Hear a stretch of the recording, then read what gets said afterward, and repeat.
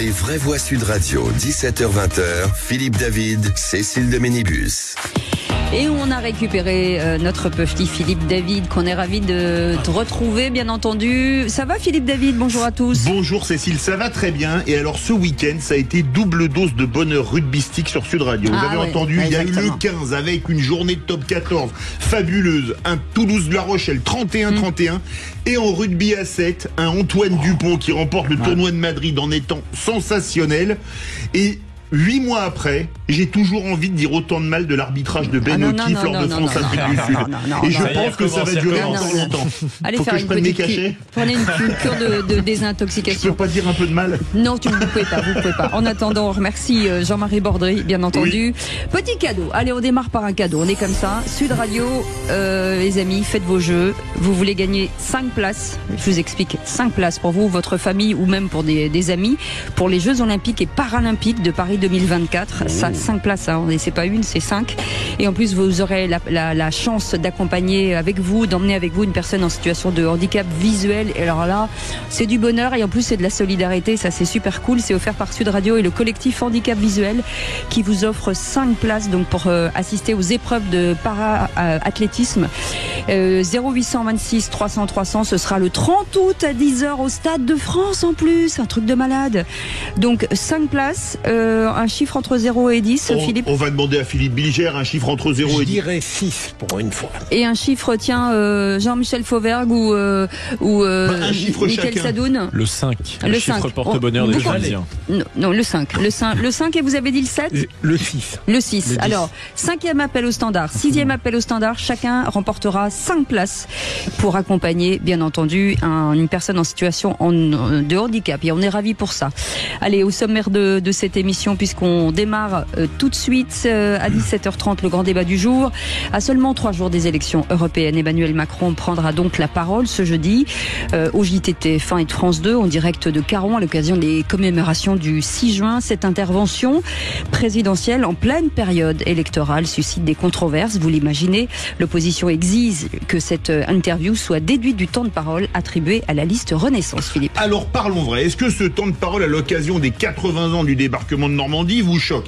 Est-ce que s'il parle de Roosevelt, Churchill et De Gaulle, ça ira, mais que s'il parle de Hayet, Bardella ou Glucksmann, ça n'ira pas? S'il parlait européenne, sortirait-il de son rôle de président de tous les Français en se comportant en chef de parti? Et à cette question, omniprésence du chef de l'État lors de la campagne des européennes, est-ce de l'abus de pouvoir? Vous dites oui à 97%, vous voulez réagir? Aude, encore et toujours, attend vos appels au 0826 300 300. 97%, on a envie d'entendre les 3%, hein. Appelez-nous au 0826 300 300. Allez, 18h30, le coup de projecteur des vraies voix. 38 listes aux élections européennes et autant d'outrances, voire de dérapages. La liste Free Palestine réclame que le Hamas ne soit pas considéré comme terroriste. Europe Forteresse parle de sionisme comme, je cite, d'une influence étrangère à combattre sur le sol français. Les grosses listes ne sont pas en reste. Le RN qui fait poser des gendarmes de dos, et puis Jean-Luc Mélenchon qui déclare que finalement l'antisémitisme serait résiduel en France, Philippe. Alors parlons vrai, est-ce que dans cette campagne le déconomètre fonctionne à plein tube pour citer François Bayrou en d'autres circonstances? Faut-il radier des listes candidates, les listes qui enfreignent la loi dans leurs propos ou leurs programmes? Est-ce que ces outrances vont attirer les électeurs vers les isoloirs ou au contraire leur service de repoussoir? Et à cette question, légitimation du terrorisme, antisémitisme assumé, cette campagne européenne dépasse-t-elle les limites? Vous dites oui à 90%. Vous voulez réagir? Le 0826 300 300. On en parlera avec Luc Rouban, qui est directeur de recherche CNRS au Centre de recherche politique de Sciences Po et auteur du livre Les racines sociales de la violence politique aux éditions de l'Aube.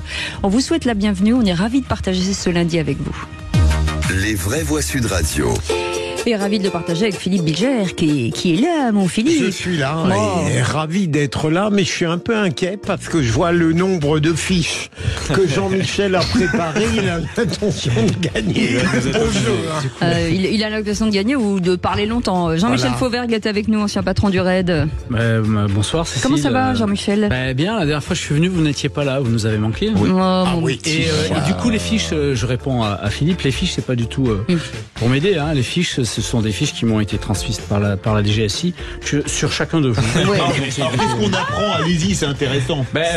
On apprend que Philippe est un gros tricheur dans Philippe le jeu. Bigère, oui, mais on le savait. Non, Philippe David est un gros tricheur dans le jeu qui est. On dit que Philippe a l'habitude d'aller dans ce fameux cap. Oui.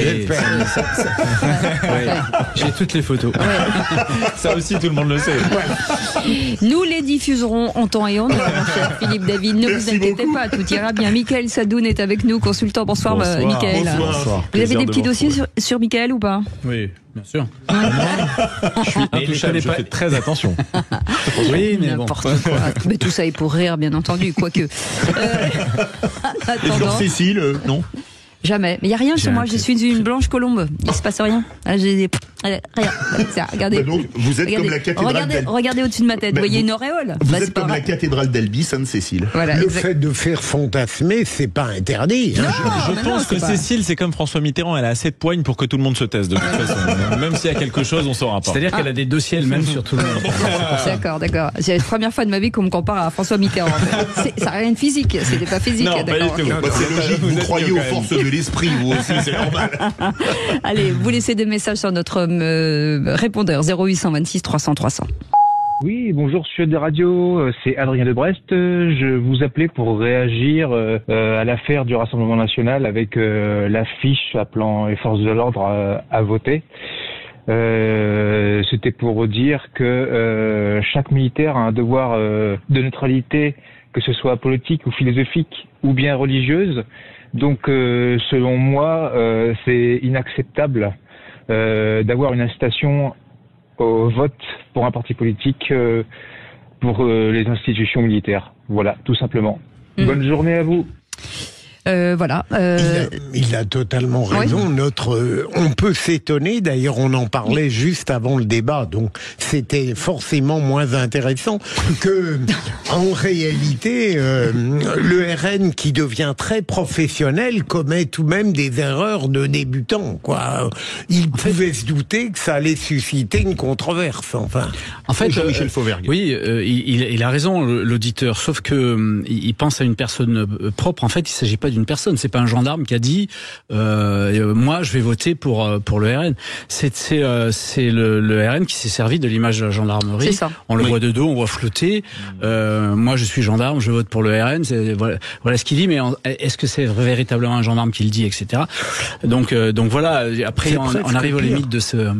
C'est presque pire, Jean-Michel. Oui, bien sûr, Ouais. bien sûr. Parce Bien que sûr, on se sert de l'institution l'image est mise en cause. d'une institution respectable Ouais. C'est qui ça. normalement est apolitique, enfin qui est apolitique comme la police d'ailleurs. Ouais. Michael Sadoun. Je trouve que vous exagérez un peu pour le coup. Moi, je trouve ça un petit peu tapageur. Mais quand je vois Valérie Hayé qui s'en scandalise ce matin dans son interview sur CNews, je trouve que c'est un petit peu exagéré. C'est une méthode très classique de la publicité de s'adresser à un public.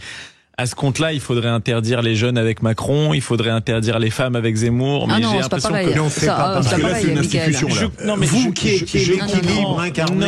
je comprends la différence, mais si vous voulez, j'ai l'impression que c'est quand même une méthode classique de s'accaparer une catégorie de la population en faisant croire qu'elle est avec vous. C'est pas une catégorie de la Comme population, ça, c'est une c'est une institution quand même. Est-ce que ça s'est fait auparavant? Je crois que c'est la première fois. Alors, Ouais. je trouve qu'en On fait, a c'est dû l'image le faire. qui est dérangeante. C'est le type qui est en tenue de la gendarmerie, il y a écrit gendarmerie derrière. Après, bon, Et les filles avaient fait ça avec les journalistes, Ouais. d'une certaine manière, en C'est pareil. disant elles votent, et ils choisissaient Oui. des adversaires. Oui, mais c'est pas une C'était pas une pas- institution, Oui. c'est pas une Surtout que organisation étatique. C'est dans le cas de la journaliste. fille, on ciblait quelqu'un en particulier et on les jetait en pâture au public. Ouais, ça, c'est- Là, c'est pas, il y a pas cette dimension-là. Non. Quoi. Bon.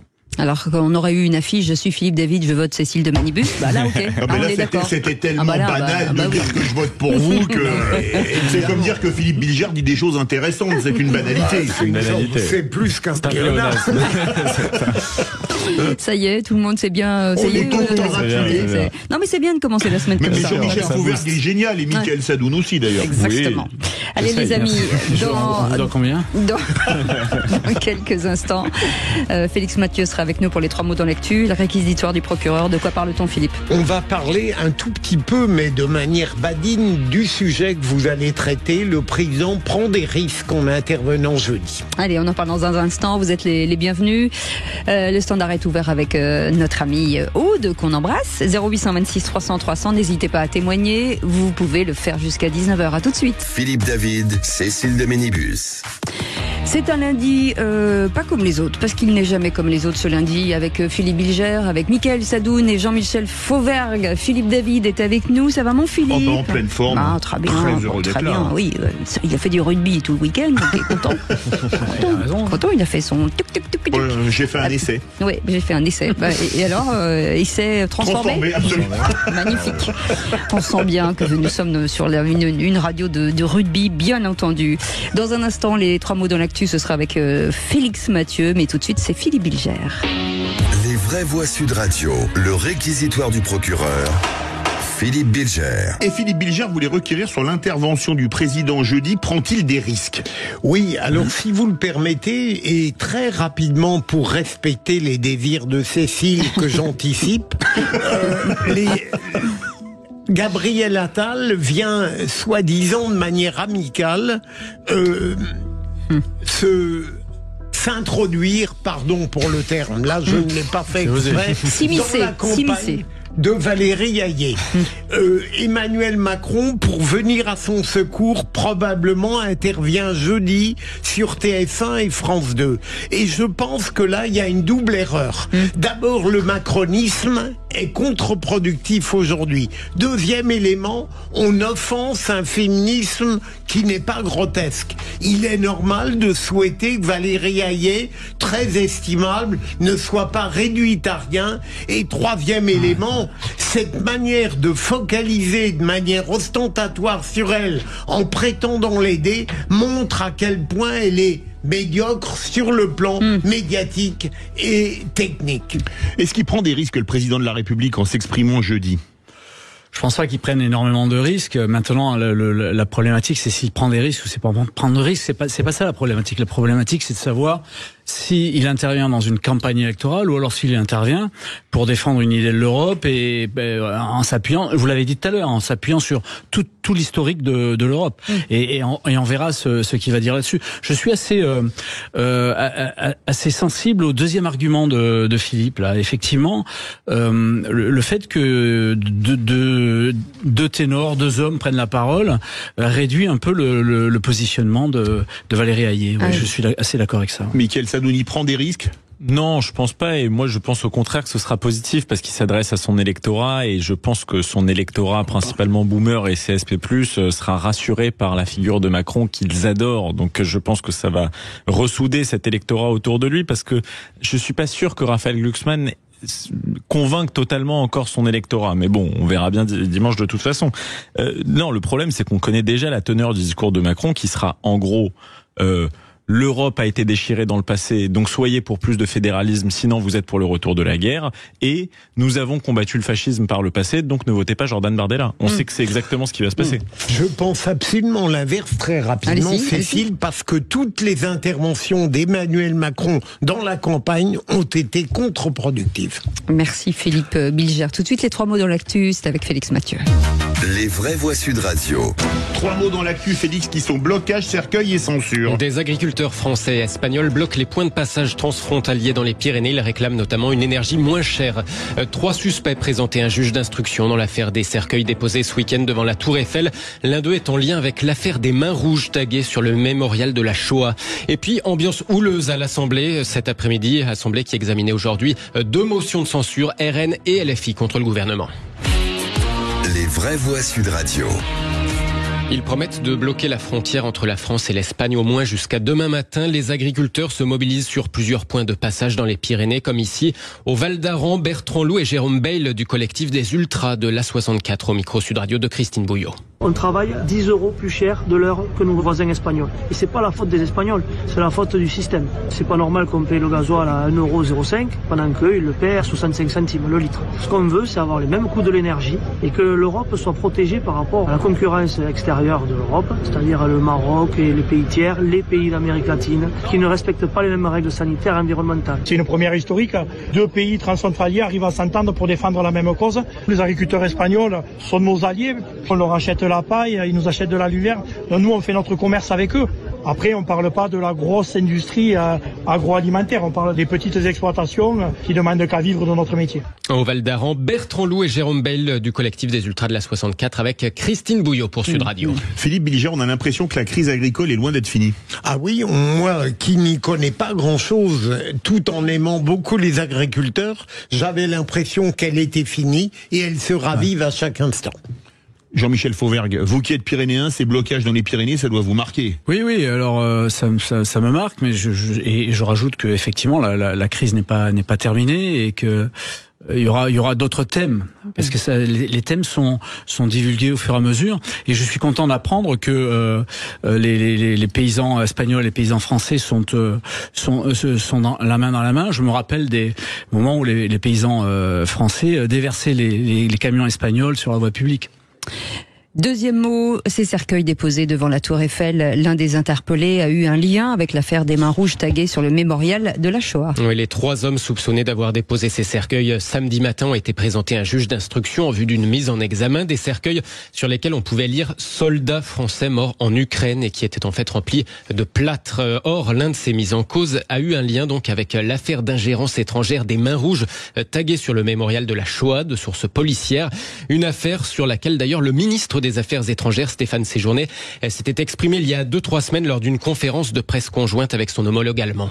À Paris, au mémorial de la Shoah, un certain nombre de mains rouges ont été peintes et le mode opératoire ressemble quand même de manière assez proche aux étoiles de David peintes en bleu à Paris, c'est-à-dire des commanditaires qui sont payés pour déstabiliser et y compris donner et appuyer sur les clivages de la société française. Ce sont des manœuvres de déstabilisation très claires qu'il faut dénoncer. Les 3 hommes soupçonnés dans l'affaire des cercueils à la Tour Eiffel sont donc le chauffeur du véhicule de nationalité bulgare et 2 autres, un homme né en Allemagne, l'autre en Ukraine. Ils ont été arrêtés alors qu'ils s'apprêtaient à repartir vers Berlin.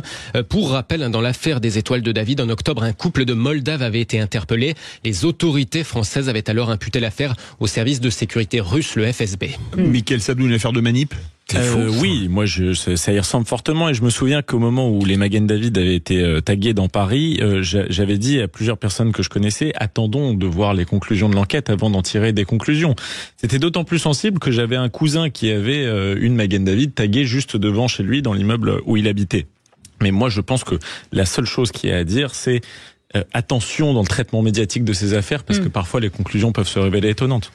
Troisième mot, censure. Les esprits se sont échauffés aujourd'hui à l'Assemblée nationale. Il faut dire que tous les ingrédients étaient réunis pour cette dernière semaine de campagne européenne. Le gouvernement accusé de préempter les médias. Le président jeudi soir à la télé. Gabriel Attal qui s'incruste ce matin dans une émission avec Valérie Ayé. On va en reparler dans ses vraies voix.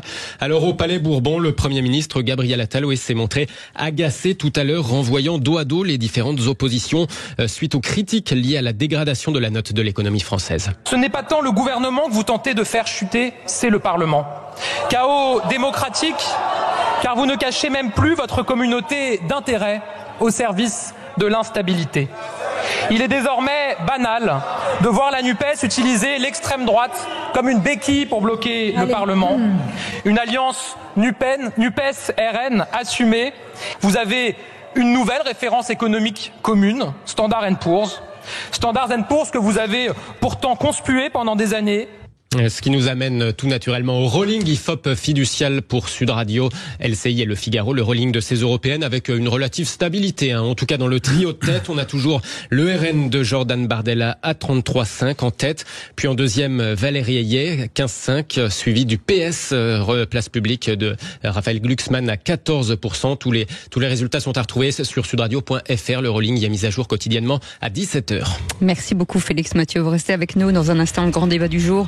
Et on reviendra sur Emmanuel Macron qui a décidé de s'exprimer jeudi sur l'actualité internationale. Ce sera au journal de TF1 et de France Télé. Il évoquera notamment les élections européennes, forcément la situation à Gaza et la guerre en Ukraine.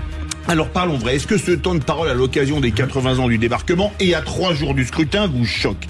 Est-ce que s'il parle de Roosevelt, Churchill ou De Gaulle, très bien, mais s'il parle de Hayé, Bardella ou Glucksmann, ça n'ira pas? S'il parlait élection européenne, sortirait-il de son rôle de président de tous les Français en se comportant en chef de parti? Et à cette question, omniprésence du chef de l'État lors de la campagne des européennes, est-ce de l'abus de pouvoir? Vous dites oui à 97%, vous voulez réagir? Aude attend vos appels au 0826 300 300. Et on sera ravis de vous accueillir. Les Vraies Voix Sud Radio jusqu'à 19h. À tout de suite. Les Vraies Voix Sud Radio, 17h-20h, Philippe David, Cécile de Ménibus. Bienvenue dans Les Vraies Voix, on est ravis de vous accueillir comme tous les jours. Ce début de semaine avec Philippe Bilger qui est avec nous, mon Philippe. Vous m'avez distrait. J'ai quelques images.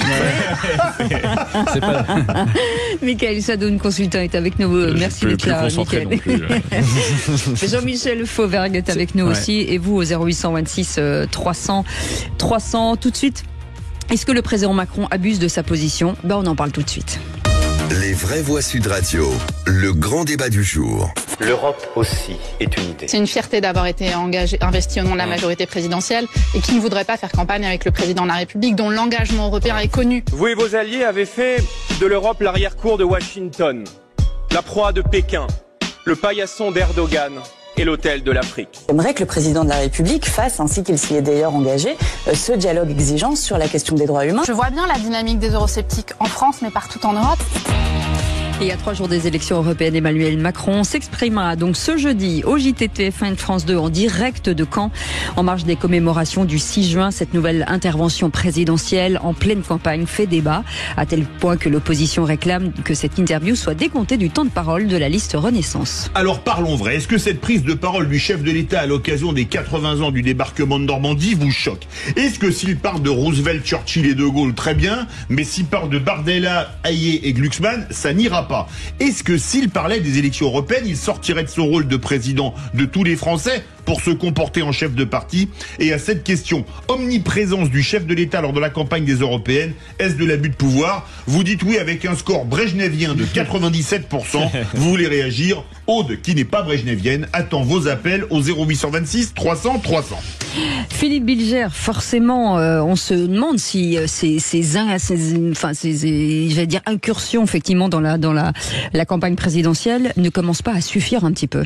À tort ou à raison, je considère que toutes les interventions du président pour venir secourir Valérie Hayé ont été depuis le début, et je ne crois pas être démenti par les enquêtes d'opinion, contre-productives. Et je ne veux pas prolonger mon intervention, mais ce qui rend la chose insupportable, c'est que on a déjà connu des présidents qui, sur des sujets fondamentaux, exprimaient leur point de vue contre les points de vue partisans qui étaient développés. Mais là, il est clair qu'on a un pouvoir qui vient systématiquement au secours d'une candidate parce qu'on la sent médiocre et qu'on la sent très faible dans les appréciations sondagières. Donc ça rend la chose encore plus choquante. Jean-Michel Fauvergue. Oui, alors est-ce que le président de la République sort de son rôle quand il va prendre la parole à la suite d'un événement comme l'anniversaire du débarquement où il y avait une vraie volonté européenne de lutter contre le nazisme et contre cette puissance-là? Non, si, comme vous l'avez dit tout à l'heure, Philippe, il arrive à développer son thème sur l'histoire de l'Europe et sur le futur de l'Europe aussi. Je suis pas persuadé qu'il va parler de telle liste ou telle liste ou telle liste. Donc, je pense qu'il est dans son rôle là-dessus. Maintenant, s'il rentre dans des détails beaucoup plus nets sur la campagne d'aujourd'hui, je pense que l'Arcom, comme elle a déjà fait auparavant, lui déduira son temps de parole. Le temps de parole. Michael Sadoun. Alors, premièrement, je pense comme Philippe Bilger que les prises de parole du président de la République n'ont pas été efficaces. On le voit dans les sondages. Je pense surtout qu'il a été peu écouté en réalité par les Français.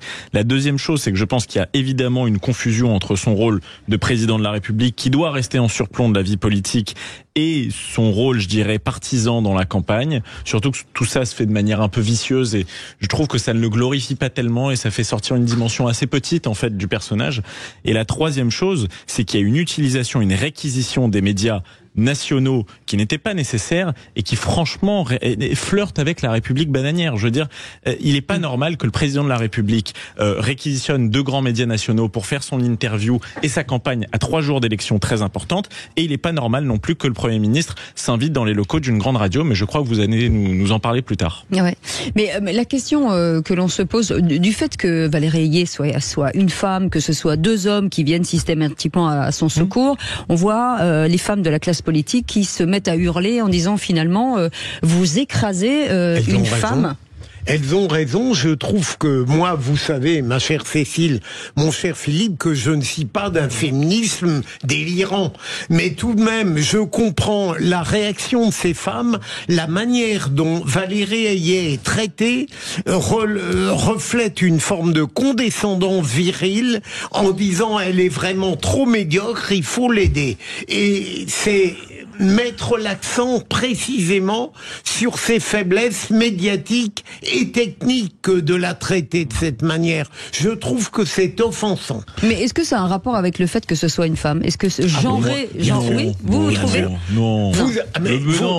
Le problème, c'est pas que c'est une femme, le problème, c'est qu'elle est mauvaise. Tu imagines un candidat homme dirigeant la tête de liste macroniste. Mauvais. Tu imagines le Ramadan comme on le fait pour cette femme? Ah oui. Je pense. Non. Alors, je vais te dire, j'écoutais hier un débat sur les européennes. Alors, c'était peut-être dans les années 2000 entre Marie-France Garot, Simone Veil, Jean-Pierre Chevènement et Jacques Attali. Je peux te dire que sur le plateau... On se tutoie maintenant, d'accord. Okay. Je peux vous dire que sur le plateau, on n'arrivait pas à voir qui étaient les hommes, qui étaient les femmes, parce que le niveau était bon. Homme ou femme. Là, en l'occurrence, le problème de Valérie n'est pas qu'elle est une femme. Je pense que un homme de ce niveau-là aurait été remplacé de la même manière. Peut-être avec l'ego en plus. Mais ce serait venu du candidat. Michael, mais en tout cas, les tentatives de rescousse auraient été les mêmes. Je devine dans votre argumentation quelque chose qui est la suite logique d'un propos que j'avais déjà entendu il y a quelques semaines. Quel est-il? Oui, mais bon, et d'ailleurs intéressant. Je crois que là, il me semble que vous faites une erreur. Cécile, dans sa question, le laisse entendre. Je pense que un homme n'aurait pas subi cela. Ça réagit. Allez-y. Je pense qu'il y a quand même un problème de fond derrière ce sujet-là, qui est, après, c'est un autre sujet, qui est la question de la parité, qui a, à mon avis, appauvri le niveau des femmes en politique, puisqu'à partir du moment où il a fallu 50-50 dans un milieu qui spontanément peut-être intéresse plus les hommes, il a fallu parfois réquisitionner des femmes qui du coup n'ont pas fait honneur. D'accord sur ce plan-là. Pas du tout d'accord avec ça. Valérie Ayé était la septième à être proposée. Les phrases sont enfin les verbatims sont durs. Il s'essuie les pieds sur Valérie Ayé. Non, mais je suis pas du tout d'accord avec ce qui vient d'être dit là, c'est-à-dire que de quoi, Philippe Bilger ou Mickaël Sadoun? Non, Mickaël. Très bien. Mickaël. Mais on était d'accord. Donc les deux à la fois. Ah bon, vous étiez d'accord? Osez vous opposer à Philippe Bilger aussi. Allez, on y va. Les deux. Non. Je pense pas que le niveau des femmes soit moins bon aujourd'hui en politique. Je pense que le niveau est pas bon du tout pour les hommes et pour les femmes. Oui, ça c'est pas faux. Ça réagit au 0826 300 300 direction Montpellier. Bonsoir Thomas. Salut Thomas, bonsoir. Bonsoir Cécile, bonsoir les deux Philippe, Jean-Michel et Mickaël. Alors moi je vais commencer tout simplement par une citation du Marquis de Sade qui nous dit « Tout est bon quand il est excessif ». Ouais. Ah, du Marquis de Sade, oui, vous avez une bonne citation. On l'embrasse. Dans le sens où, dès l'instant où ils sont présents, on l'a vu ce matin, Gabriel Attal, il faut le sauver, le soldat Ayé. Donc oui, c'est insupportable, il sort de son rôle de président de la République, mais pour eux, on est dans la dernière ligne droite, ils sont dans la panique la plus totale. Ils ont vu que ça décolle pas, ils ont vu qu'elle ne maîtrise pas les sujets. On le voit, elle n'est pas super à l'aise dans les meetings, elle n'est pas super à l'aise dans les interviews. je pense que là, c'est vraiment le président de la République fait un peu au fil de la dernière chance. Restez avec nous, Thomas. On va faire de la politique fiction. On est dans une semaine, enfin moins un jour, après 10 minutes après le résultat du vote.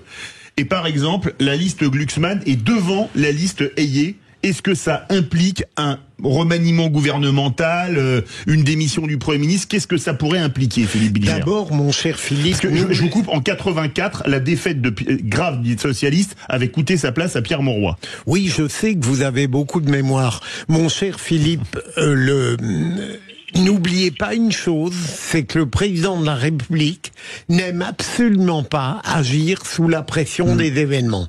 Je vous parie que si il connaît une déconvenue vraiment très claire, on attendra de lui des conséquences et il ne les donnera pas tout de suite. Ça me paraît une évidence. Et évidemment, pas de dissolution, et il n'est pas fou. Et surtout, apparemment, quand j'entends François-Xavier Bellamy, il reste heureusement chez LR dans une position relativement hostile à tout lien avec le macronisme. Allez-y. Moi, je pense que c'est pas le rôle de la dissolution que de trancher le conflit entre la majorité et l'opposition. Normalement, une dissolution est faite pour résoudre une situation de blocage entre le législatif et l'exécutif, ce qui n'est pas tellement le cas actuellement. La deuxième chose, c'est que je pense que ce serait pas si dommageable à la Macronie que ça, une dissolution finalement, parce que ça permettrait aux gens de se défouler dans un vote, de laisser le Rassemblement national gouverner pendant un moment, et dans la perspective de 2027, ce serait peut-être mieux pour le futur successeur de Macron, je pense. Oui, mais tu te rends compte, Michael, alors la violation de la promesse qu'a toujours faite Emmanuel Macron à la France. Ah oui, non mais ça c'est... Bon. Oui, je ne crois pas tellement aux promesses d'Emmanuel Macron. Et on reviendra au sujet, parce que là vous êtes parti sur une digression. Emmanuel Macron n'ira pas sous la contrainte et ne fera rien sous la contrainte. Ça, c'est la première chose. La deuxième chose, une dissolution, je vois pas l'intérêt dans ce domaine-là. Alors un changement de gouvernement, non plus, je pense que le Premier ministre sera là, mais peut-être une modification de ce gouvernement-là, ça serait peut-être l'occasion aussi de relancer encore une fois, savoir si les LR veulent bien participer à la politique une coalition gouvernementale. Oui. Je reviens sur le sujet parce que là on est un petit peu partout sur Emmanuel Macron, sur Gabriel Attal, sur Valérie Hayé. Est-ce que finalement le comportement du président et du Premier ministre ne va pas finalement permettre aux femmes de se dire on va voter pour Valérie Hayé parce qu'effectivement elle est maltraitée, et est-ce qu'il n'y a pas un sursaut, ça va pas créer un sursaut en disant voilà, on va vous montrer qu'elle est capable, on va vous montrer pour certainement de mauvaises raisons? Là, je ne pense pas, Cécile, parce que certes, on aime bien venir au secours parfois des femmes lorsqu'elles sont dans des situations de détresse politique ou même humaine. C'est très agréable de venir consoler. Mais là, en l'occurrence, je ne crois pas. Elle est tout de même très objectivement moins bonne, malgré son caractère très estimable. Je ne crois pas que le mécanisme que vous évoquez jouerait. Mais je peux parfaitement me tromper. Jean-Michel Fauvergue. On peut imaginer. D'abord, je veux parce que là, elle a, pardon, je vous coupe, Jean-Michel Fauvergue, mais là, elle a le soutien de Marie Toussaint, elle a le soutien de Manon Aubry. Et c'est rare désolé, mais c'est rare que LFI soutienne la majorité. Ah oui, ça c'est sûr. Manon Aubry s'est aussi fait supplanter par une autre femme qui s'appelle Rina Hassan. Donc, qu'elle se mêle aussi de ses oignons.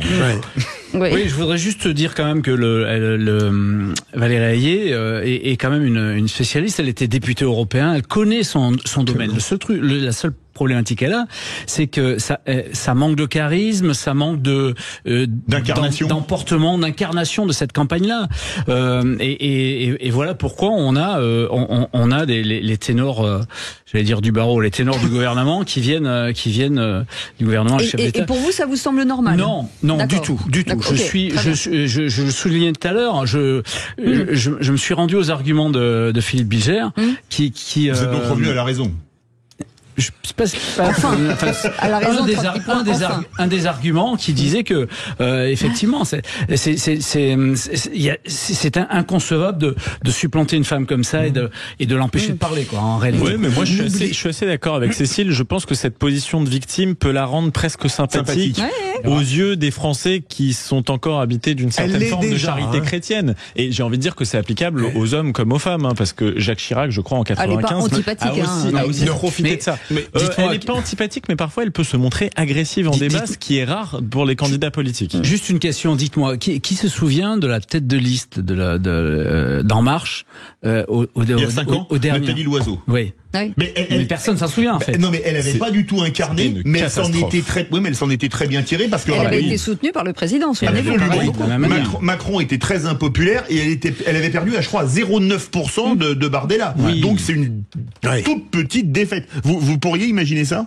Non, là, l'écart ne sera évidemment pas de 0,9%, mais pas aussi large qu'il est aujourd'hui. La grosse problématique, c'est que il y a très peu d'hommes ou de femmes politiques charismatiques. Et puis surtout, dans tous les cas en plus. Oui, beaucoup ont refusé à Emmanuel Macron d'y aller, quoi. C'est ça montre qu'il n'a aucune autorité sur son camp, puisque Bruno Le Maire refusant, il aurait pu lui dire, comme ça a été indiqué dans un journal, vous y allez ou vous dégagez. Non, mais Thomas qui est avec nous au 0826 300 300 qui nous appelle de Montpellier. Thomas, vous savez pour qui d'abord? Est-ce que vous savez si vous allez voter ou pas? Vous n'êtes pas obligé de répondre. Est-ce que vous savez pour qui, sans nous dire qui, bien entendu, vous pourriez voter? Cécile de Bénibus. Bien sûr. Oui, alors évidemment, Cécile au premier tour et même au deuxième. Oui, je vais aller voter. Non, mais il n'y a qu'un tour européen. Je vais en faire des tours. Allez-y. Je vais aller voter dimanche. Vous dire exactement pour qui je suis, ce qui se passe, et j'ai vu notamment ce qui s'est passé à l'Assemblée nationale aujourd'hui. Ça peut rebattre certaines cartes. En tout cas, je peux vous dire pour qui je ne voterai pas. D'accord. Comme il y a 38 listes, ça fait beaucoup. Je peux vous dire que je ne voterai ni pour la France insoumise, ni pour Raphaël Glucksmann. D'accord, ok, très bien. Non, mais ce qui veut dire qu'aujourd'hui, à quelques jours des européennes, ça veut dire qu'on peut, ce que dit Thomas, on peut encore changer d'avis. Ah mais bien sûr, je crois qu'il y a 35% des gens qui n'ont pas encore fait leur choix. Vous avez fait votre choix, vous Oui. Bon, on ne sait pas. J'hésite un petit peu. Ah bon, aussi Philippe, vous hésitez? Moi, je l'ai fait, mon choix, et d'ailleurs, c'est très intéressant. On connaît mon choix. Non, la France n'attend que ça. Non, je vais vous dire, en général, du jour. Je suis plus narcissique que ça, mais en réalité, les gens ne comprennent pas. Je dis, j'ai fait un choix, et quand je dis du bien techniquement d'autres candidats, ils me disent, mais on comprend pas. Je leur dis, mais on a le droit de ne pas haïr d'autres candidats qui sont très bons. Ils ne connaissent pas ton honnêteté légendaire. Est-ce qu'on a le droit Est-ce qu'on a le droit de Non, on n'a plus le droit. Si, on a Est-ce qu'on a le droit de parler dans cette élection-là, des 36 ou 37 listes, avec des listes où on voit juste des têtes d'animaux? Est-ce qu'on a le droit de dire que c'est juste ces listes-là sont menées pour avoir ensuite des subventions payées par l'État, que c'est une affaire de fric tout simplement, et que à un certain moment il faudrait régler ce problème-là. Oui, mais ça incarne une sensibilité politique aussi. Ça va être notre coup de projecteur des vraies voix aussi. Ah ouais, allez, dites donc, vous êtes fâchés aujourd'hui. On espère que vous serez détendus, puisque dans un instant vous allez pouvoir jouer face à Thomas de Montpellier. Thomas? Oui. Faites leur peur un peu, dites un truc là. Qu'est-ce que vous voulez que je vous dise? J'aime beaucoup la chemise de Philippe. Voilà. C'est pas ça qui va les aider à gagner. La vôtre est très belle. Philippe, je l'ai remarqué. Oui, elle est très. Pour Philippe. C'est très bien pour régler la télé. C'est très bien. Allez. Mais on a la télé en noir et blanc encore. Allez, vous restez avec nous, Thomas. Le qui c'est qui l'a dit, c'est dans un instant. On va pouvoir se détendre. Allez, à tout de suite. Soyez les bienvenus. On est ensemble jusqu'à 19h. Les vraies voix Sud Radio, 17h-20h, Philippe David, Cécile de Ménibus.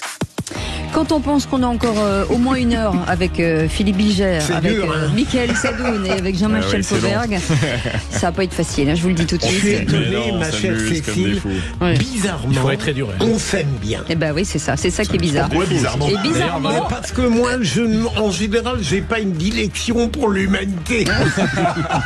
Mais d'ailleurs, on va le voir au qui c'est qui, puisqu'elle vous file toutes les réponses en de manière clair, générale. il aime personne. Voilà. Et Thomas, nous on vous aime, Thomas. Ah oui. Merci, c'est gentil. Surtout si vous perdez. Oh, allez, non. Thomas, vous allez gagner. Allez, tout de suite, le quiz de l'actu. Les vraies voix Sud Radio, le quiz de l'actu. Thomas est de ma famille, donc il est obligé de gagner puisque je lui ai envoyé toutes les réponses, bien entendu. Thomas, c'est vous qui répondez en premier. Vous avez à peu près 5 secondes pour répondre. Si vous n'avez pas la bonne réponse, eh ben c'est les 3 tordus là qui répondent à votre place. Question, qui l'a dit à 2 points. Le Premier ministre et le Président de la République s'essuient les pieds sur Valérie Ayé. Raphaël Glucksmann. Non. Non, c'était une femme. Aubry. Non. Bardella. Non. Je l'ai dit tout à l'heure, vous ne m'écoutez pas, c'est horrible. Tout ça, Bonne réponse de Philippe. le droit Bilger. à donner une bonne réponse. Voilà. Ouais.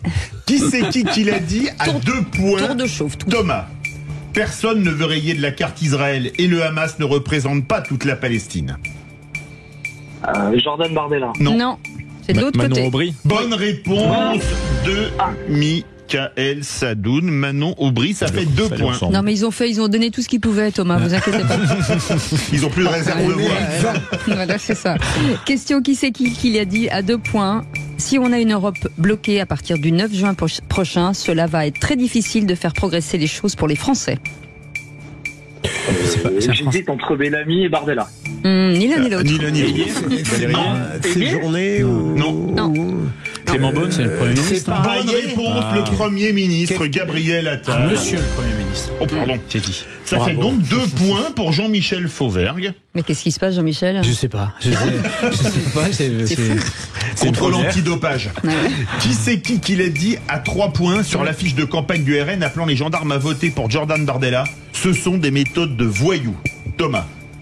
Darmanin. C'est Valérie Ayé. Bonne réponse, Valérie Ayé. 3 points Valérie. pour Michael Sadoun. Il fait le trou, hein. Non, mais on s'en fout parce qu'on joue à qui perd gagne, donc on s'en fout, c'est pas le problème. Mais je m'améliore. Donc il va gagner, Thomas.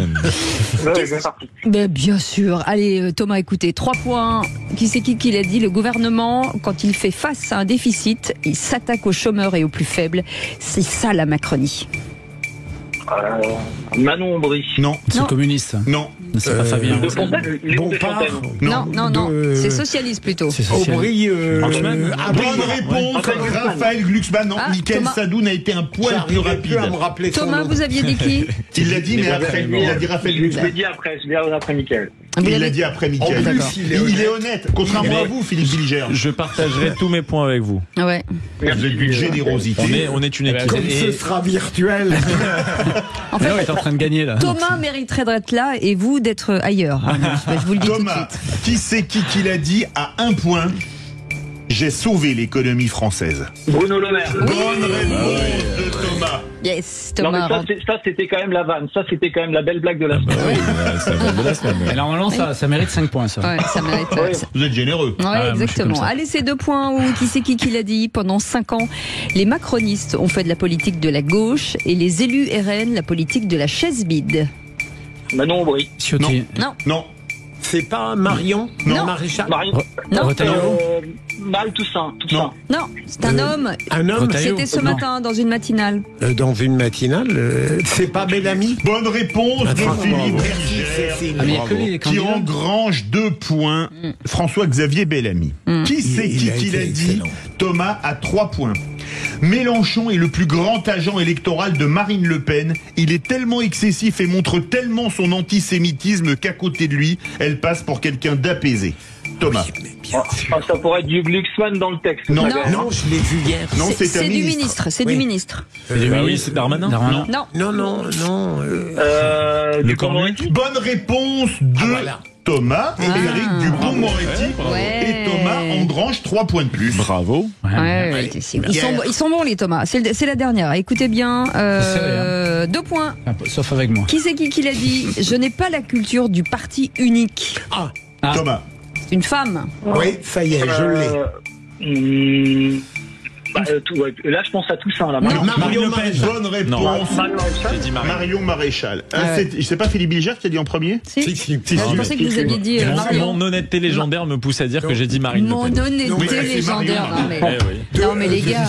Il y avait Le Pen Ça ne change rien puisque Mickaël Sadoun s'impose avec 8 points devant Philippe Bilger avec 6 points. J'ai sauvé le qui c'est qui l'a dit. Et Jean-Michel 2 points. Voilà. Sauver le soldat Mickaël Je pose Sadoun. une question tranquille. Oui. Il n'y a pas une erreur. Non. Aucune. Non, il n'y a pas d'erreur.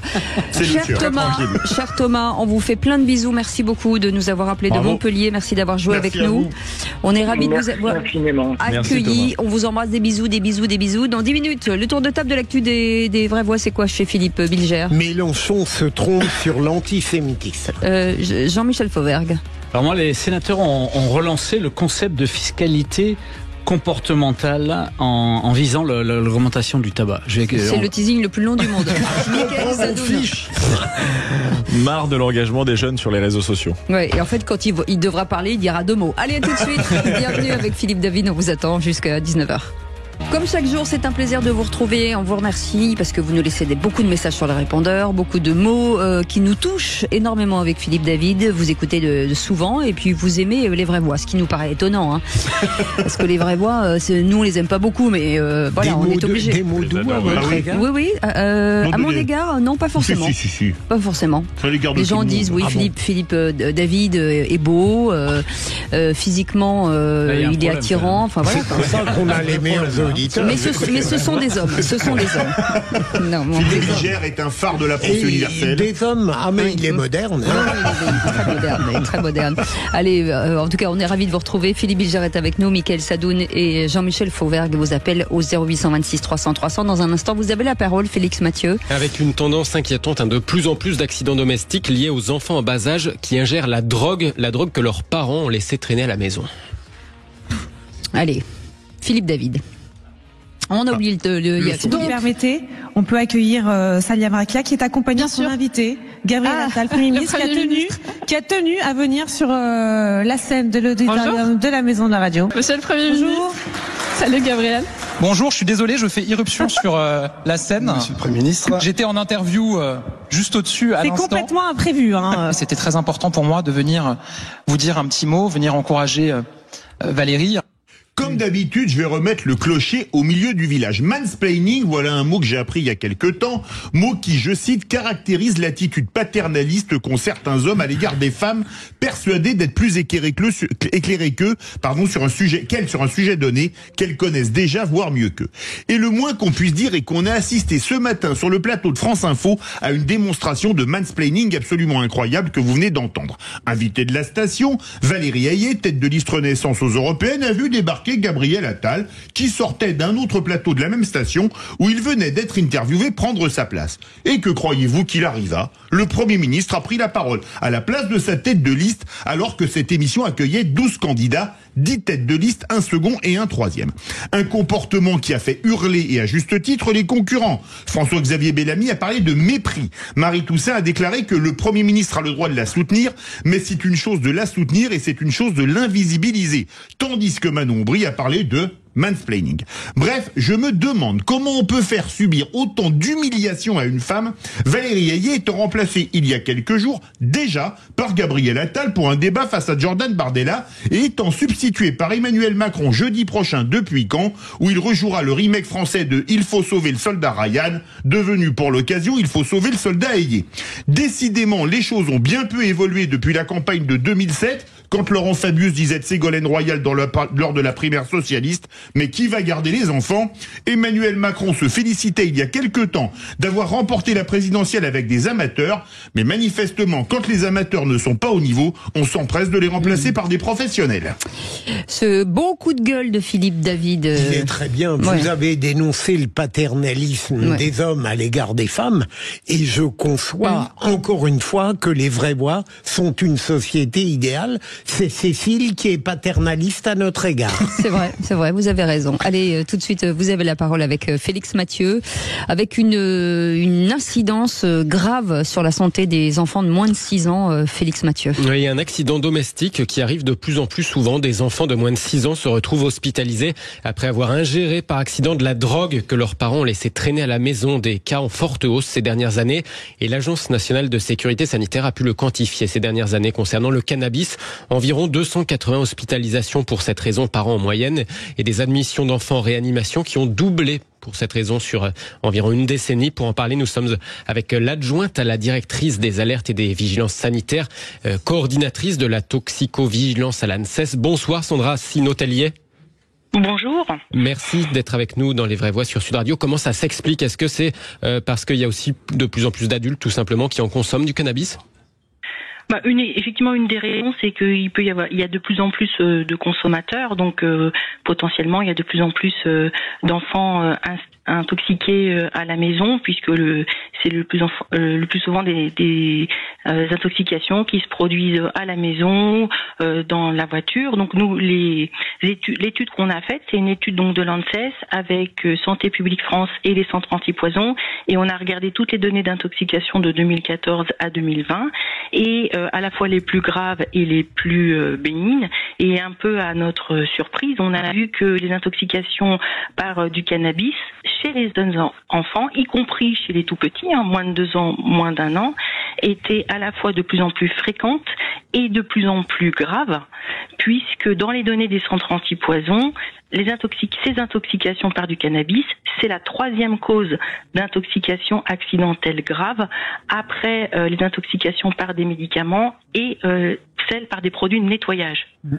Alors qu'est-ce qu'on dit aux parents face à ce constat? Ce qui veut dire, chère madame, que c'est-à-dire qu'ils se font, un rail de coke, ils le laissent sur la table ou une boulette de shit et ils le laissent, à portée des enfants, c'est ça?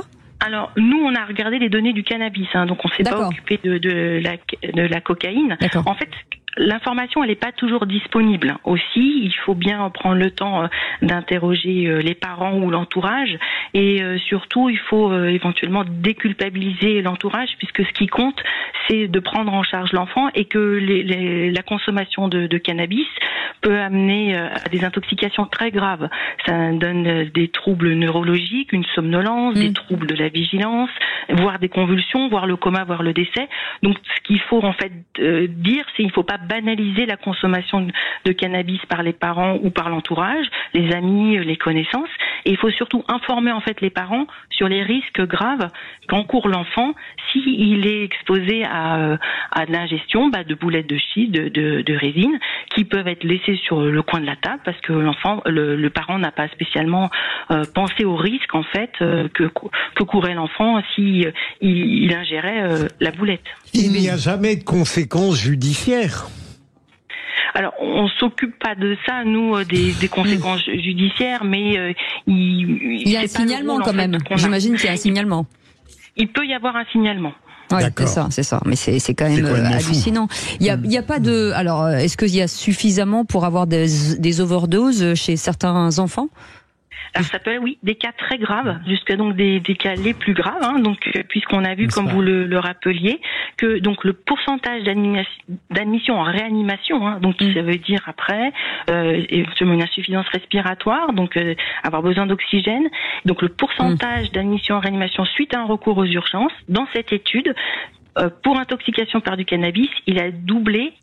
Il est passé de 5% à 11% chez les moins de 6 ans entre 2014 et 2020. Donc ça peut être gravissime. Merci beaucoup. On a pu moi, beaucoup je voulais juste te dire que c'est pas étonnant parce qu'on a 17 millions de personnes qui a tâté une fois du cannabis et entre 2 et 4 millions de personnes qui fument ou qui ingèrent du cannabis de manière régulière. Donc c'est pas très étonnant tout ça. Merci beaucoup Sandra. Voilà, ce qu'on peut ajouter, c'est vraiment ne pas hésiter à appeler. Alors si l'enfant il est somnolent, s'il a des signes de gravité, d'appeler le 15, le SAMU. Mais sinon, au moindre doute, même si on n'est pas sûr que l'enfant l'enfant en a ingéré, ne pas hésiter aussi à appeler un centre anti-poison qui va faire toute l'investigation et voir s'il est nécessaire d'en faire davantage. Mais vraiment, l'entourage ne doit pas se sentir culpabilisé. Le but, c'est d'éviter des risques pour la santé, pour l'enfant. Absolument. Merci beaucoup, Sandra Sino-Tellier, d'avoir été avec nous. Vous êtes l'adjointe à la directrice des alertes et des vigilances sanitaires, coordinatrice de toxicovigilance à l'ANSES. Merci d'avoir été avec nous et merci en tout cas de Félix Mathieu de nous avoir alerté sur ce sujet passionnant.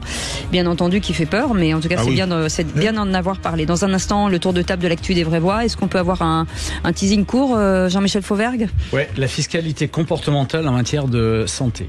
Énorme, incroyable. Avec vous, Mickaël Sadoun. Marre de l'engagement des jeunes sur les réseaux sociaux. Et Philippe Mélenchon débloque. Eh ben voilà, on est parfait. On est en retard, mais on est parfait quand même. On vous embrasse.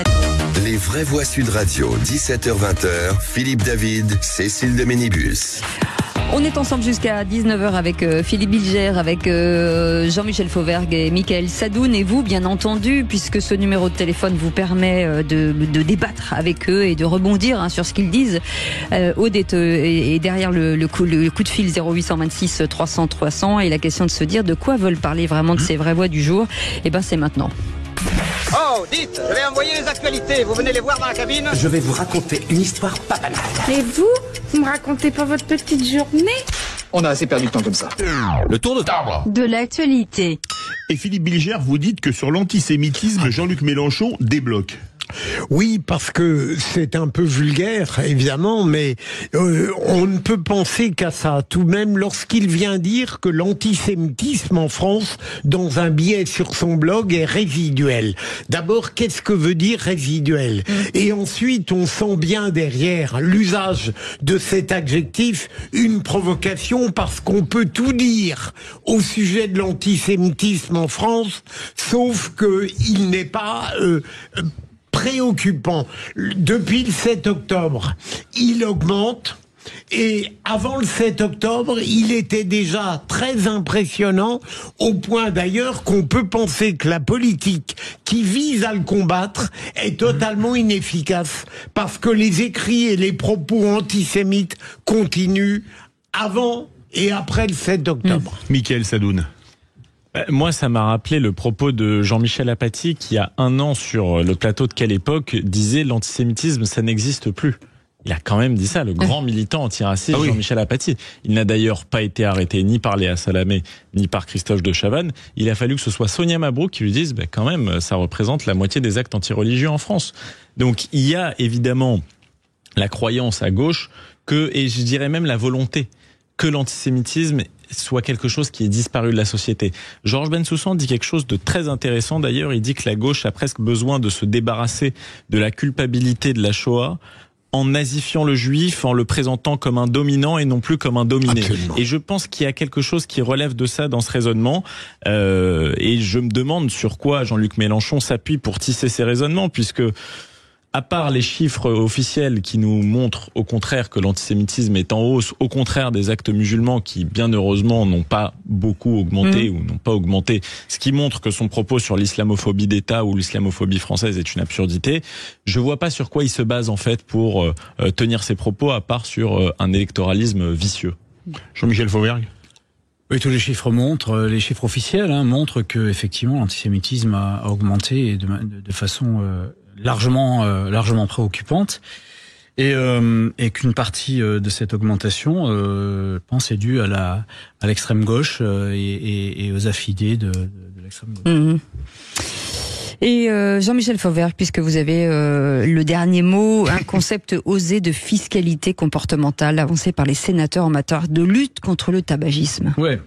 C'est effectivement un concept osé. Alors le rapport sénatorial. Parlez bien dans le micro parce que là vous êtes loin. Oui. Le rapport sénatorial récent demande de poursuivre la hausse du prix du tabac au rythme de 3,5% par an hors inflation pendant 15 ans, ce qui nous rendrait le paquet de clopes de 12 € à 25 € dans 15 ans. Et ils appellent ça une fiscalité comportementale en matière de santé. Alors c'est vrai que le tabac tue 75 000 personnes par an. Et ce qui est énorme, c'est beaucoup. Qu'une personne sur deux, finalement mourra, qui est fumeur, mourra du tabac. Mourra de ça. Mais on s'est aperçu que quand on augmente le prix de 10%, paraît-il, on obtient une baisse du nombre de fumeurs de 4%. Sauf qu'il y a deux choses qui sont pas prises en compte. D'abord, l'État gagne avec la fiscalité sur le tabac 15 milliards d'euros par an, ce qui fait que s'il vend moins, eh bien, il gagnera moins, même si le prix est beaucoup plus cher. Mais surtout, que 20% du tabac qui est consommé maintenant n'est pas acheté dans le tabac officiel, mais au marché au noir. À la fois, il vient de la contrebande. Alors la contrebande, c'est qu'on fait devenir au club des pays à côté, mais il y a aussi un vrai trafic qui vient de Moldavie, du Vietnam, du Sénégal, etc. Et il y a aussi la contrefaçon. La contrefaçon, c'est de la criminalité organisée. Aujourd'hui, le pognon que gagnent les contrefacteurs et les gens qui participent à ça, c'est autant que le trafic de stupes, c'est-à-dire aux environs de 4 milliards par an au niveau de la contrefaçon. Alors, dans la contrefaçon, l'idée, c'est de faire des marges assez rapidement, et on met un peu de tabac dans les cigarettes, mais aussi on met du plastique, des excréments, de la chaux, des poussières diverses, ce qui, quand même, n'est vraiment pas top. Là non plus pour l'instant. C'est encore pire. Oui, c'est pire. Je pose la question de savoir concernant les drogues. En fait, en réalité, faut-il continuer à la pénalisation à outrance? La pénalisation d'abord légale pour les drogues licites, la pénalisation fiscale pour le tabac et l'alcool. Une réaction courte, Mickaël Sadoun? Alors déjà sur les dépenses de l'État, en effet, il gagne moins en taxes sur le tabac et l'alcool, mais du coup, il va aussi moins dépenser en sécurité sociale sur les gens qui doivent aller à l'hôpital. Donc ça peut s'équilibrer quelque part. Ça peut s'équilibrer quelque part. Ensuite, sur la contrefaçon, alors je suis très attentif aux problèmes de santé publique que vous évoquez. Ceci dit, je crois que cette fiscalité est surtout efficace pour empêcher que les jeunes commencent à fumer. Donc, les excréments ne viennent pas de la Corée du Nord. Allez, vous restez avec nous. On va faire une petite pause en attendant. On va offrir un très joli cadeau puisque Fabrice est avec nous. Fabrice qui nous appelle de Paris. Bonsoir Fabrice. Bonsoir. Bonsoir Cécile, bonsoir Philippe, bonsoir Evrévoix. Vous avez entendu l'appel des Vraies Voix avec ce jeu magnifique puisque vous venez de remporter, écoutez-moi bien, 5 places pour vous ou votre famille ou vos amis, en tout cas 5 places pour les Jeux Olympiques et Paralympiques de Paris 2024. Vous allez donc aller le 30 août à 10h au Stade de France pour voir le para-athlétisme avec vous. Puisque c'est une opération aussi solidaire avec votre famille ou vos amis de 5 personnes, vous allez emmener avec vous une personne en situation de handicap visuel et donc avec lequel ou laquelle vous allez pouvoir partager un moment de délire absolu puisque vous serez dans les tribunes des Jeux Olympiques et du Stade de France. Ah ben super, merci beaucoup, vraiment merci beaucoup Sud Radio. Et vous allez voir, ce sont de super athlètes parce que quand on voit qu'ils courent le 200 mètres en 24-25 secondes, alors que le record du monde est à 19 secondes, je crois c'est quand même exceptionnel. Très impressionnant. Et c'est c'est un cadeau offert par Sud Radio et le collectif Handicap Visuel. Voilà, et c'est important de le dire et c'est une super opération. Vous nous enverrez des photos, j'espère. Bravo Fabrice. Bravo Fabrice. Merci beaucoup, merci à tous. On vous embrasse et on fait une petite pause, on revient dans un instant. À tout de suite. Vous êtes bien sur la messagerie des Vraies Voix, nous ne sommes pas là pour l'instant. Merci de laisser un message après le signal sonore. Ça marche pas, ça fonctionne pas. On le fait pas bien le répondeur. Bienvenue, c'est les Vraies Voix jusqu'à 19h. Philippe Bilger est avec nous, avec Mickaël Sadoun, avec Jean-Michel Fauvergue. C'est le tour de table de l'actu de nos Vraies Voix. Quel est votre actu, mon cher, votre tour de table de l'actu, mon cher Mickaël Sadoun? Alors moi, je voulais dire que j'en avais un petit peu marre de l'engagement des jeunes uniquement via les réseaux sociaux, parce que j'ai vu la semaine dernière une story partagée plus de 50 millions de fois dans le monde qui montrait un visuel avec écrit Eyes on Rafah, les yeux sur Rafah. En réponse, il y a eu évidemment des stories de la même manière pro-israéliennes entre guillemets qui disaient Where were you on October 7, ce qui veut dire où étiez-vous le 7 octobre. Je condamne de part et d'autre ce mode d'engagement qui personnellement m'est insupportable puisque je préfère en général le poids des mots au choc des photos. Je ne condamne pas en soi l'engagement sur les réseaux sociaux. On peut y lire et y publier des choses très intéressantes. Les tweets de notre ami Philippe Bilger en sont un témoignage. Mais il me semble que on n'a pas habitué les jeunes à déployer leur engagement dans une parole construite et je trouve que c'est une prémisse de la destruction du débat public parce que on peut contester, discuter une parole, mais on peut difficilement s'attarder sur une photo qui impose une émotion. Moi, je le regrette plutôt. Je trouve que nous manquons de science, de rationalité et de discours dans cette époque. Vous avez totalement raison, Michael.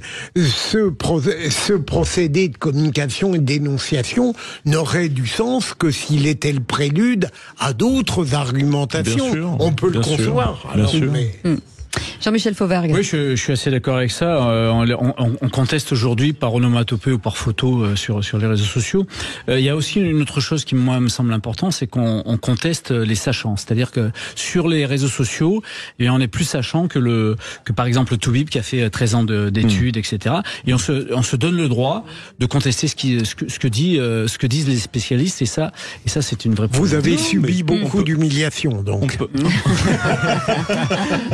Ce qui est compliqué, Michael Sadoun, c'est de se dire aujourd'hui, quand on est un jeune qui débarque sur les réseaux sociaux, c'est comment faire le tri, le discernement entre le vrai ou le faux, tout ce qui est dit, cet engagement en essayant d'aller se renseigner, de chercher des sources contradictoires. Oui. Vous savez, moi, je suis d'accord je suis pas d'accord avec toutes les positions. J'ai mon engagement qui est propre, mais je peux discuter avec n'importe qui et n'importe quelle position, pourvu qu'elle soit construite. Simplement, on peut même contester la parole des experts. Là, je peux m'opposer à Jean-Michel Fauvergue, mais il faut qu'on ait simplement des arguments rationnels sur lesquels s'appuyer. Une photo, ça n'est pas valable. Une expérience individuelle, ça n'est pas valable. C'est quelque chose qui peut susciter l'émotion. On a tous un cœur, mais avoir un cœur ne dispense pas d'avoir un cerveau. Voilà. Et puis pour répondre à votre question, Cécile, en n'étant pas précisément tout le temps sur les réseaux sociaux. Oui, mais bon, aujourd'hui, c'est la majeure partie mais justement, des gens. Il faut réagir. Il faut, oui. Mais moi, je le dis sans arrêt. Certains résument votre vie intellectuelle à Twitter. Oui. Vous avez le droit de lire, vous avez le droit de faire autre chose. Hein. Vous avez le droit, c'est plutôt conseillé en plus. Je plaide coupable, j'appartiens à une génération qui utilise de manière excessive les réseaux sociaux. Non, mais je me mets dedans. Je me mets dedans. Admettez que parfois, même vous parfois, il a dû vous arriver de douter en disant je lis quelque chose. Est-ce que c'est vrai ou est-ce que c'est pas vrai? Ça vous est jamais arrivé, Philippe Bilger? Mais je doute tout le temps. Mais vous parlez des réseaux sociaux ou en général? Non, des réseaux sociaux.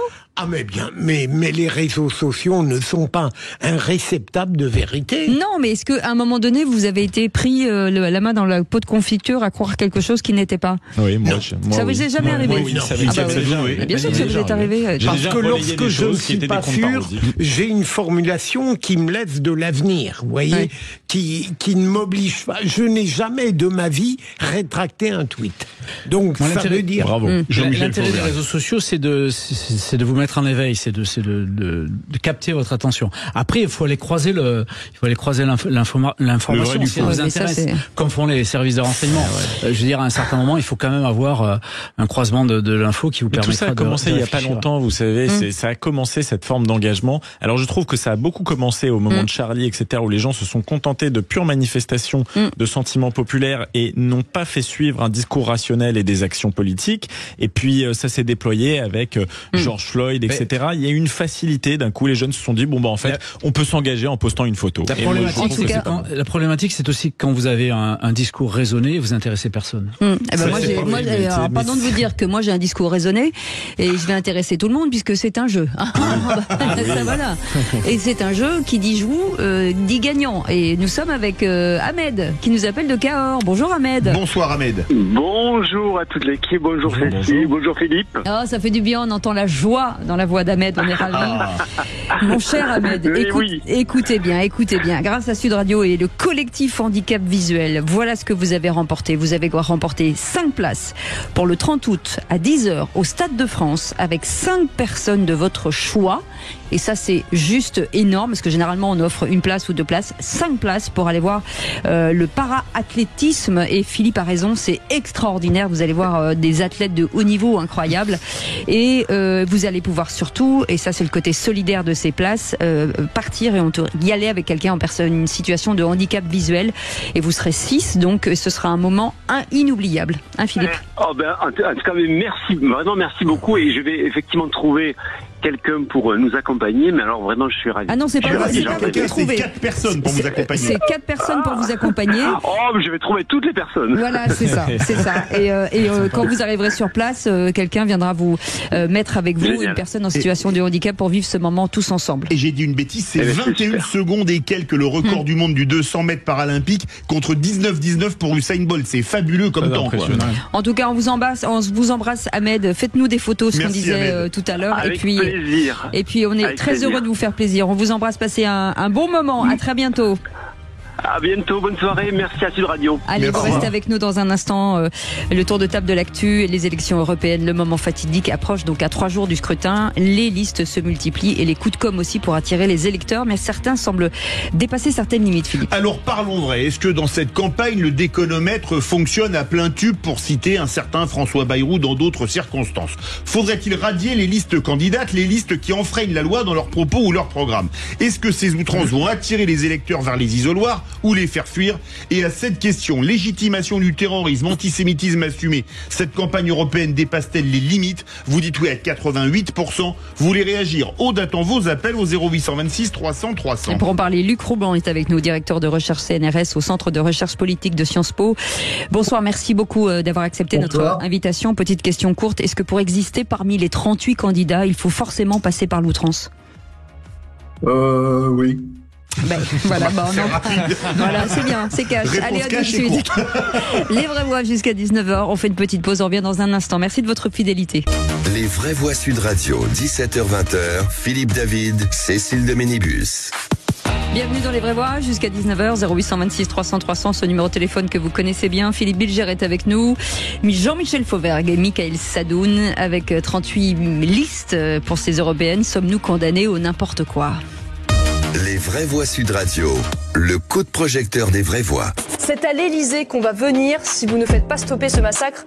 Planqué que vous êtes, complice que vous êtes. Vous êtes d'accord avec ça, avec cette déclaration? Moi, je pense que le silence. Vous êtes d'accord avec ça ou pas? S'en prendre à un juif, c'est s'en prendre à toute la République. C'est une explosion de ce qu'on appelle l'antisémitisme du quotidien. On sent bien qu'effectivement, dès qu'on dit ou qu'on parle de juifs quelque part à Paris ou ailleurs, on sent qu'il y a une certaine tension. La haine n'a jamais disparu, il lui manquait un bon prétexte. L'inaction de la France, oui, complice, Madame Maréchal. Un juif ne peut pas être un colon judée. Un juif, Jésus est né à Nazareth, il était juif.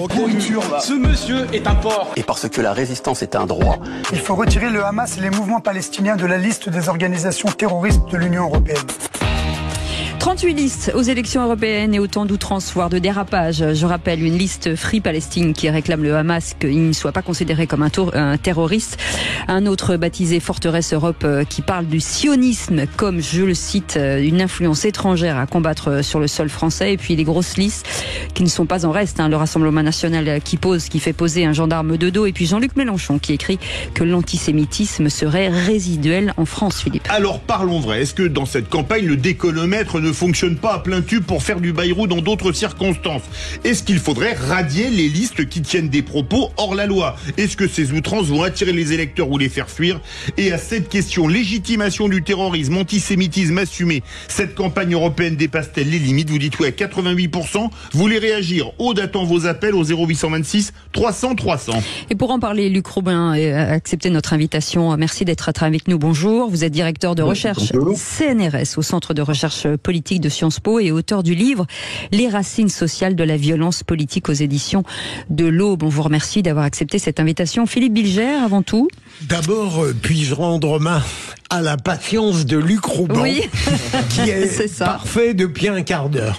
Qu'on aime beaucoup. J'ai envie de faire dans le paradoxe un petit peu rapidement. J'ai évidemment les outrances, les délires ou les indécences que vous évoqués dans votre interrogation sont tout à fait exacts lors de la campagne. D'abord, je ne suis pas sûr qu'elles n'existaient pas, peut-être pas à ce point-là, mais elles existaient avant dans les autres campagnes européennes, mais surtout pour aller vers le paradoxe, au fond, je me demande si l'intérêt de certains citoyens pour la chose européenne, l'effervescence de cette campagne qui permet de diffuser un sentiment anti-Macron, la relation internationale perturbante entre l'Ukraine et la Russie, et surtout la tragédie israélo-palestinienne. Est-ce que tout cela ne crée pas une curiosité, sans doute dont l'origine est de mauvaise aloi, mais qui peut aboutir finalement à des élections européennes qui ne vont pas se caractériser par une abstention trop grande? Jean-Michel Fauvergue. Oui, les élections sont, d'une manière générale, en fait c'est le micro de Sud Radio là. Ça permet de recueillir des voix, mais ça reflète, ces élections européennes là ont reflété aussi effectivement tout ce qui se passe aujourd'hui à l'extérieur. Alors le conflit israélo-palestinien, le conflit à la frontière russe et ukrainienne, etc., etc. Effectivement, les gens se positionnent là-dessus, mais ils se positionnent avec outrance aussi pour être entendus. Et ça, c'est plutôt une mauvaise nouvelle. Moi, je suis amateur de débats éclairés, de gens qui échangent des arguments, y compris d'ailleurs des arguments rudes, sérieux, mais voilà, c'est comme et là je vais faire plaisir à Philippe. C'est comme dans un match de rugby. On aime bien voir des choses viriles, on n'aime pas voir les bagarres sur le terrain de rugby. Donc c'est exactement il faut se remettre à ça, quoi. Ouais. Mickaël Sadoun. Moi, j'aime la passion en politique. Je trouve qu'elle est le signe d'une vigueur démocratique et j'aurais pas envie de la supprimer. Mais on sent quand même que le débat se tend parce que je pense que chaque camp politique a l'impression d'un moment un peu fatidique et d'un enjeu qui est immense. La droite pense qu'il y a réellement péril dans la civilisation française et européenne. La gauche et le centre pensent que l'extrême droite est aux portes du pouvoir. Donc, pour chacun, j'ai envie de dire que les enjeux sont assez immenses. Voilà. Après, il y a quand même eu deux propos, moi, qui m'ont particulièrement marqué. C'est David Guiraud sur les dragons célestes. Alors là, c'est antisémitisme affiché d'un élu, j'ai absolument pas compris. Et le propos très récent de Jean-Luc Mélenchon sur l'antisémitisme résiduel. À part ça, le reste me semble relever d'un propos de nature politique. Luc Rouban, quand on voit une liste que je connaissais pas encore hier soir, qui parle, je cite, c'est la liste Forteresse Europe du sionisme comme d'une influence étrangère à combattre sur le sol français. Le Hamas qui ne doit pas être considéré comme une entité terroriste, et il y a même une autre liste qu'on n'a pas mis dans l'inventaire à l'après-vert qui reprend comme slogan, c'est à hurler de rire, le slogan de Lénine en 1917, le pain, la paix et la liberté. Est-ce que, comme disait Bayrou, le déconomètre ne fonctionne pas à plein tube?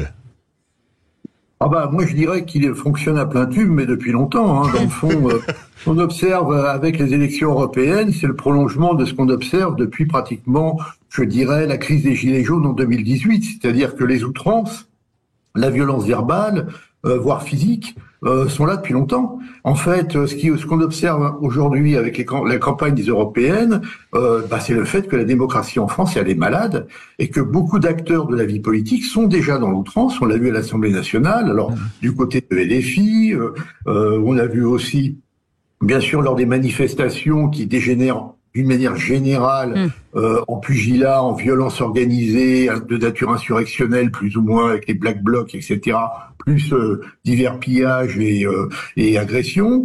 Donc, on a quand même une situation française, je dirais politique française, qui est quand même très malade, très très très mauvaise. Donc, il y a ce consensus politique qui n'est plus là. Et on observe ce qu'on appelle en sciences politiques des phénomènes de polarisation affective, c'est-à-dire qu'en fait, on passe d'une démocratie où, dans le fond, les conflits sont organisés autour de prises de position, mais on peut rapprocher éventuellement, on a un adversaire, on discute, il y a des possibilités de compromis, à une vraie polarisation, c'est-à-dire qu'on désigne un ennemi parce que la position qui est prise va vous donner une identité sociale et politique. Alors, c'est plus du tout la même chose. Parce que si vous êtes dans l'identité, eh bien, vous fermez votre petit univers. Tous ceux qui participent pas à vos idées sont des ennemis, sont des autres. C'est l'altérité, et ils doivent être combattus par tous les moyens. Donc, ça ouvre la porte, évidemment, aux insultes, aux violences, aux caricatures, aux arguments rapides, et puis voilà. Donc, moi, je pense que, fondamentalement, et alors, il y a un deuxième problème derrière, c'est qu'effectivement, les questions européennes sont quand même très techniques. Quand on veut vraiment s'occuper de l'Union européenne, on doit s'occuper de questions de politique publique complexes. C'est pas simple. Et donc, dans le fond, aujourd'hui, beaucoup de gens, et à la fois dans les partis politiques et dans l'électorat, ramènent dans le fond les enjeux à des enjeux nationaux, avec tout ce que je viens de dire précédemment. Philippe Bilger. Luc Rouban, je voudrais, dans ma question, vous proposer une alternative. Est-ce qu'à votre avis, dans cette dérive, notamment du Parlement et à l'Assemblée nationale, il n'y a pas une volonté au moins obscure de se rapprocher de l'instinct, de la violence, de la vulgarité, d'une certaine forme populaire, au fond qu'il n'y ait plus d'hiatus entre la représentation nationale et le peuple qu'elle est censée incarner, ou est-ce qu'à votre avis c'est tout simplement la conséquence de la dégradation absolue de la culture personnelle, collective et, j'allais dire, démocratique? Écoutez, je vais vous faire une réponse de Normand, ce sont les deux, parce que d'un côté, vous avez une culture citoyenne qui est en pleine décomposition, parce que dans le fond, c'est le grand échec de l'école, faut le dire clairement. L'école ne forme plus des citoyens ou de futurs citoyens comme elle le faisait autrefois, donc sa capacité d'intégration aujourd'hui est très faible.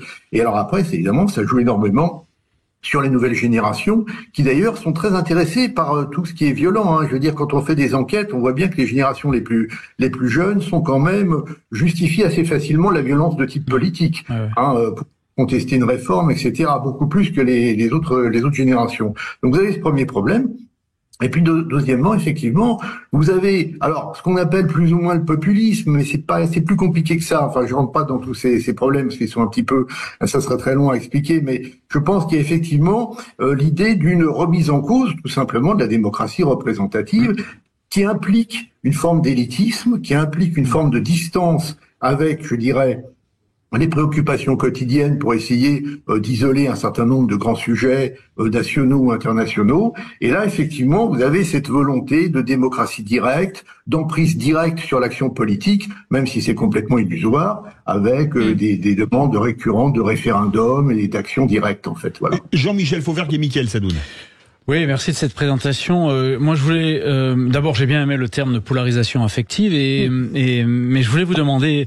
Alors, effectivement, ça entraîne à pas de compromis ou moins de compromis. Est-ce que ça entraîne à pas de compromis uniquement avec les partis populistes, extrémistes, radicaux, ou est-ce que ça interdit le compromis avec les autres partis? Ça, c'est ma première question. Une deuxième question, c'est est-ce qu'on constate la même chose dans les autres pays européens? Luc Rouban. Écoutez, en fait, la polarisation affective et je dirais la poussée vers la radicalisation, c'est quelque chose qu'on observe à peu près dans tous les pays européens. Dans tous les pays occidentaux, on a fait des enquêtes comparatives là-dessus, donc ça c'est clair, avec deux sujets qui sont extrêmement clivants, si vous voulez, sur ce terrain-là, c'est l'immigration d'un côté et tout ce qui touche à l'environnement de l'autre. Bon. Deuxièmement, en termes de sociologie politique, ça touche surtout plutôt, si vous voulez, des partis de gauche radicale, avec des personnes plutôt diplômées. Donc en fait, la polarisation, elle vient pas de gens peu diplômés, elle vient plutôt de gens diplômés qui intègrent, si vous voulez, des considérations morales dans leur raisonnement. C'est-à-dire qu'effectivement, on n'est plus dans un raisonnement de type scientifique, on est dans un raisonnement de type moral. Et c'est là où ça commence à dégénérer, parce qu'effectivement, la morale, ça implique effectivement des jugements de valeur et donc des exclusions. On n'est plus dans un débat de type scientifique, ce que la République normalement doit appeler, c'est-à-dire un raisonnement de type logique, rationnel, avec des arguments qu'on peut éventuellement contester. Là, on est dans la morale, dans des grands principes. Si vous êtes pour Israël, c'est que vous êtes vraiment sioniste, etc. Si vous êtes pour l'un ou pour l'autre, c'est que vous êtes antisémite. Donc on a comme ça, et puis en plus évidemment, on joue sur la mémoire historique, sur un certain nombre de, je dirais, de références qui sont extrêmement clivantes. Mais moi je voulais dire, je peux être d'accord avec ce que dit Monsieur Rouban. Je pense que la démocratie représentative est malade, mais pour moi elle est pas malade depuis les Gilets jaunes. Elle est malade depuis 2005, le référendum qu'on a totalement fait passer sous le nez des Français en faisant revenir par le traité de Lisbonne. Elle est malade depuis que la France s'est désarmée de sa souveraineté avec la construction européenne et que donc les représentants du peuple n'ont plus vraiment le pouvoir. Elle est malade depuis 2017, où il y a eu un fiasco total d'une élection présidentielle qui a été confisquée par des scandales judiciaires et médiatiques. Elle est malade parce qu'on a confiné la moitié de la population mondiale au moment du Covid.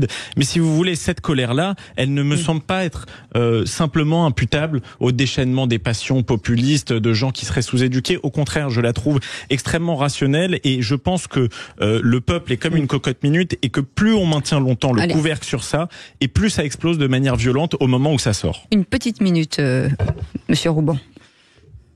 Oui, très rapidement, oui. Mais ça, on peut trouver effectivement les racines du mal de manière bien plus ancienne, si vous voulez. Mais moi, je pense que le moment fondateur, c'est quand même les Gilets jaunes, parce que c'est là où, très clairement, très explicitement, on a remis en cause la représentation. Les Gilets jaunes ne voulaient pas être représentés.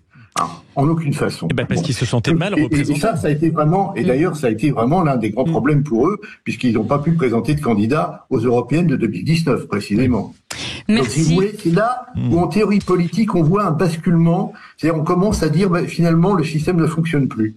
Et donc, on est plus simplement effectivement, dans un mécontentement, dans une colère.